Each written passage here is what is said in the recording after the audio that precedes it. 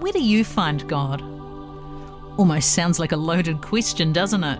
I mean, if God was someone you could find, wouldn't everyone be out searching? Well, rather than looking for something elusive, like a pot of gold at the end of the rainbow, I reckon it's more about learning to recognise the way God is already present to us in our everyday lives. I'm Lizzie Oakes, and this is Where Do You Find God? My guest on the podcast today is Katie Perkins. Katie is a former White Fern, an ex-policewoman, and joins me in the studio today. Kia ora, Katie. Oh, well, tēnā koe Lizzie, tēnā koutou, ko Katie Perkins tōku ingoa, no Ingarani, no Kotirana, no Wera, no Airani o ki tipuna, and yeah, he tangata tiratia hou. And yeah, my thing about growing up in Aotearoa is that it's a beautiful country that I get to honour now in my pursuit of te reo Māori and supporting te ao Māori in every way I can. Great to meet you. Yeah, you too. Tell me, growing up, was it always your dream to represent New Zealand in cricket? Absolutely. It's the one dream that I held on to from about 3 or 4 years old, playing backyard cricket with the cousins. Yeah, to play for New Zealand and try and win World Cups was always the goal. And so what's it like when that kind of dream comes true that you've had since you were a child? I remember getting the phone call from Gary Stead, my first New Zealand cricket coach, and I was an absolute mess that day. I knew the selection phone calls were coming through that day. And so anyway, there's a long story behind that I won't go into, but I remember had gone around to Mum and Dad's, got the phone call. My sister happened to be at home as well, so after hanging up, I went into her room and I was like, Joe, I'm gonna be a White Fern. And I just cried with joy, and I never experienced that feeling. My mum rushes down the hallway going, what's wrong? And then I repeated that same line to her, and there was an immense joy in that whare that day. Tears of joy. That's a wonderful kind of tears. Tell us what you're up to these days.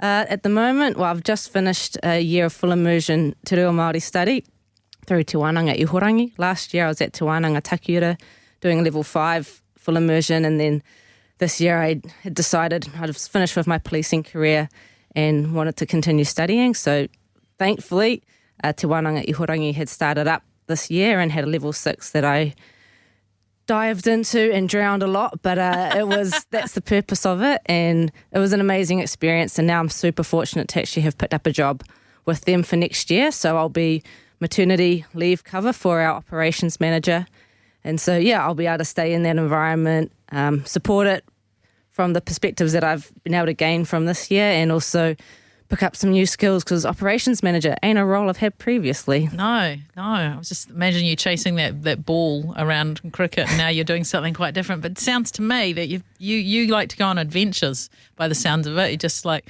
things change, cricket, police, now doing something new. That's really cool. Katie, I want to ask you a question. In Acts chapter 17, verse 27, it says, God intended that they would seek him and perhaps reach out for him and find him, though he is not far from each one of us. So my question for you, Katie, is where do you find God? Well, actually probably just how you summed up things previously around me, sort of chasing those new adventures, opportunities. For me, it's actually pursuing my passions and my skills that I believe God's gifted me. So pursuing cricket for as long as I did, I felt God had given me that passion and the skills.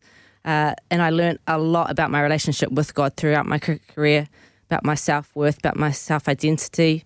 Went through a big process of understanding that God's love, regardless of whether I played for New Zealand or not, he was going to love me regardless. So I had to go through a process of learning to love myself regardless as well. So at one point I let go of my New Zealand cricket dream, which was up to that point the hardest thing I'd ever done.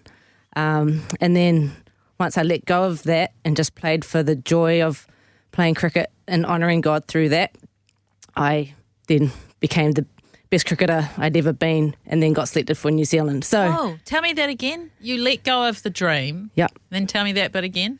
So I just, finished a terrible season, the worst I'd ever done, because I was always trying to get picked for New Zealand when I was out there batting. I wasn't really focusing on my team as much as I should have been. I was focusing on my own personal goal. Anyway, that was not good for my self-worth and self-identity because cricket's a game full of failure. So then comes to the winter period, and my best mate at the time, and I'd just gone through a Athletes in Action ultimate training camp as well. That was massive, massive help. But yeah, with the help of my best mate and that camp, I went through this process of just letting go that cricket dream. And by the time the next summer came around, I was literally just playing for fun. I was enjoying it. I didn't care about my personal result. I was totally focused on ensuring I did my best for the team. And if I, got a good ball and got out, well, that's cricket. If I did awesome, well, that's awesome too. And, thanks God for allowing things just to maybe go my way a bit today. Like, I just let go of the heaviness of the game. And then, I had the best season of my life up to that point. And then, got the phone call from Gary Stead when that time came. And, those tears of joy were the realisation of a dream that I'd carried for 23 years at that point, then had let go, and then actually got realised. So now, you've been a policewoman and you've been doing some study and you're not now going on a new direction. Is it still about letting go and having fun? Yeah, I think so. Absolutely. I'd hope I've learnt that lesson. And there is definitely times when I can find myself sort of holding on to things. Again, I kind of try to use an analogy, like the more I try and hold on to something with sort of a closed fist because I'm holding on so tight, I'm not in a position to then actually receive. Oh, gosh, that's gold. Yeah, you receive with an open hand and that kind of humble, submissive kind of nature.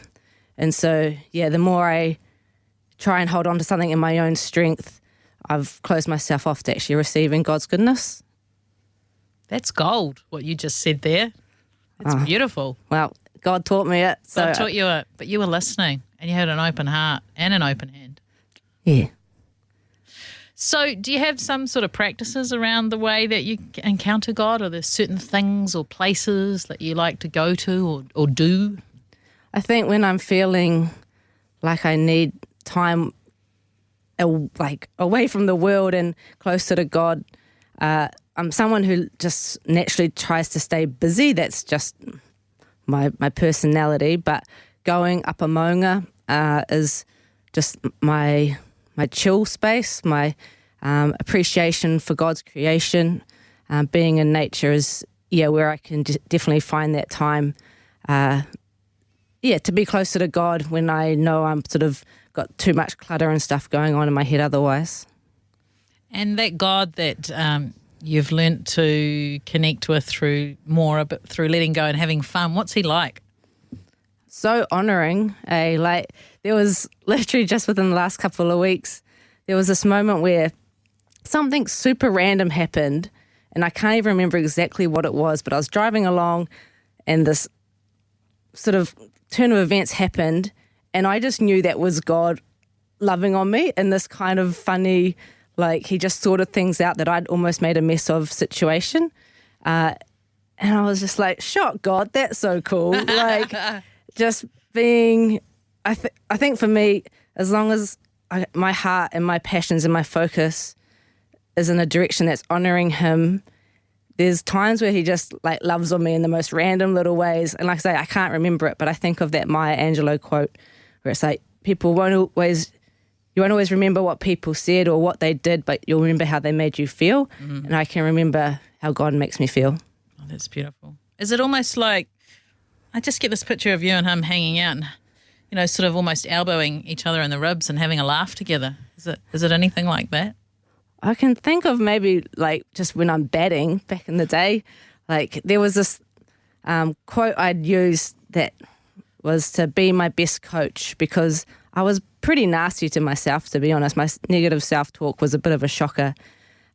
So then I had read that in a book and I was like, actually, being my best coach. I don't talk to anyone else like I talk to myself. Like, that's no good. So I remember going out, and when I would bat and was being my best coach, I was probably talking to myself like I know God was talking to me, full of words of affirmation, of love, and not worrying about the actual outcome. Like, perfectly loved was this kind of takeaway quote that I had taken from the Athletes in Action camp back in 2011 that, always stuck with me. Hey, Katie, thank you so much for joining me today on Where Do You Find God? Tēnā koe. It's my honour to be here. Thank you. Kia ora. If you'd like to listen again, tune into Star each Wednesday morning at 10:30 or listen and subscribe via your favourite podcast app and give us a review so others can find us.